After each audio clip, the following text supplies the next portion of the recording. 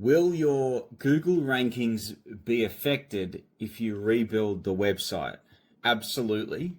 Imagine you are the local council. You are the department that approves home construction, right? Whatever the council you're in, whatever the requirements of that area of the council, double story, triple story, we need this much percentage of the home taken up on the land, all of those crazy requirements. Similar to Google's algorithm, only that the council tells you what you can and cannot have. But imagine Google drives past, the council drives past your house, and it assesses your house versus the original plans. But then let's take this the next step further. It actually judges you versus your neighbor. So John's got the award for the best house. Okay? Jenny's second position and Eugene is third position. Okay? So Google or the council has not only approved the construction, but decided that's where they rank, right? John's in first position for whatever reason, whatever factors, but let's just say that's locked in. Okay? John goes and decides to rebuild his house. Now, because Google is all about trust, and the council always wants to make sure things are safe, things aren't going to blow up, you can't have 10-story building on a wooden foundation, requirements, basic requirements. Now, what will happen is when the council drives past and realizes that you've rebuilt your home without any approvals or some sort of applications, engineering, architects, what do you think is going to happen? It's not going to be good. Same with Google. Not to say that it's going to be bad, but will there be a refresh in how Google assesses your website? Absolutely, 100%. The first things that I look at when I'm rebuilding the website is making sure the plumbing is reconnected, the electrical cables are flowing, or if I'm rebuilding that house, to rebuild all of the exact rooms that I used to have. In other words, rebuild all of the pages that we used to have. And if we've decided we do not want to rebuild those pages, or we want to alter those pages, we need to tell Google where they are. In other words, a 301 redirection that's precise page by page. It's essentially reconnecting the plumbing so the water continues to flow through, so there's no interruptions, minimal interruptions. That's how you heighten your chances and minimize like a crazy drop. It'll be a drop if that plumbing is not connected. And all cases that I inspect, when I look at the history of the site, a lot of the time they were brought across to Squarespace or Wix or Weebly a lot of the time because the business owner's like, you know what, I can tackle it myself.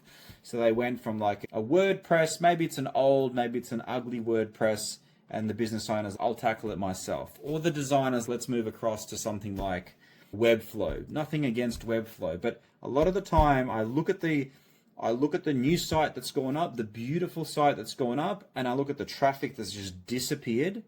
It's because a whole bunch of changes were made with the pages. Some were completely not built. Maybe they had individual service pages for home builder, luxury builder, dual occupancy builder, but now it's just services. It actually happened just recently in the finance space where there was a rebuild. They used to have financial planning, financial advisory, superannuation, retirement planning.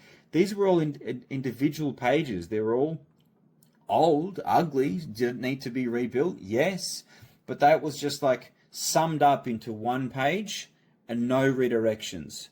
This particular case also had a whole bunch of blogs. They were pretty rubbish blogs, but at least redirect them to the most relevant page. In some cases, just redirecting to the home page, I'd say is just as bad as a 404 because you're sending them to completely an irrelevant page. Let's say it was like a blog about COVID and retirement planning or superannuation. There's a detailed blog about it, and now it's hitting just a home page. Irrelevant. Almost as good as a 404 because Google doesn't want to send visitors to pages it doesn't trust or that are dead, because that will create a bad experience, and a bad experience means people lose a little bit of trust in Google because it's showing dead pages. One, it's going to can those pages on your site. That's not good. You don't want to give Google that kind of power. So come back to the original. So you're rebuilding the website. You want to map out all of your current pages that you have. You want to map out all of your new wish list of pages. That's where I'd look at a few competitors, look at a few reports from SEMrush or Ahrefs. I'd even just throw in like a ChatGPT, just question, hey, I'm building this website. What are some keywords I should be targeting? What are pages I should have?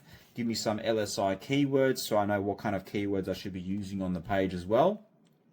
And then map it out on Excel. If there are any changes, I'm talking even the changes from an S service to services, or construction services and now it's services, or it's services without the / and then the new builder's just done a /. It's even micro stuff like that. There has to be a redirection in place.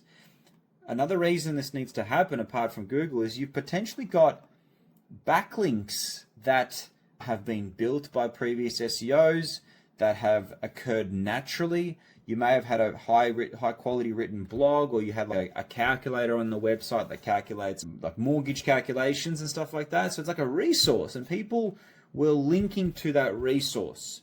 Because that page isn't going to be rebuilt, that SEO juice that's flowing there is now hitting a dead page. Eventually, whoever's sending that SEO juice, whoever's linking to you, will fix that broken link. That's why the term broken link building is such an important one.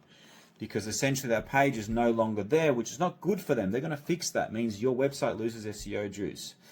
I can keep going on for a long time because we do a lot of these. They're very stressful, and it's all about minimizing the chances and doing things that obviously we want Google to, but also you don't want to shake the system too much. And a lot of the time I do these very carefully. So mapping out the pages is a must. Then you want to understand what kind of traffic and what kind of keywords the current pages are ranking for. So for example, if you've got a service page and it's ranking for Egyptian snow shovels, you want to know that. You want to know that it's getting traffic on that key term, right? You also want to know the keyword density of that key term, because your new copywriter might have no SEO in mind and just write some text. And for Google, you want to really present things on a silver platter. You want to have the main keyword in the H1, in the permalink, in the H2, naturally, of course. You want to have the main keyword at the start of a sentence, in the main sentence. Natural, of course, right? And so these are things that a copywriter might completely miss. And then all of a sudden that page, that new website that's gone up, those pages that have gone up are not being considered for the terms that they used to get traffic on, or they're dead pages, and you just get some really horrible graphs going downwards. Eventually it will recalculate and you might go up, but if pages are completely removed and the equivalent not built, then it's just a loss forever, isn't it? So map out all the pages, map out a plan of where they will be redirected, understand what kind of key terms they currently rank for and why. Ideally try to keep the content as similar as you can.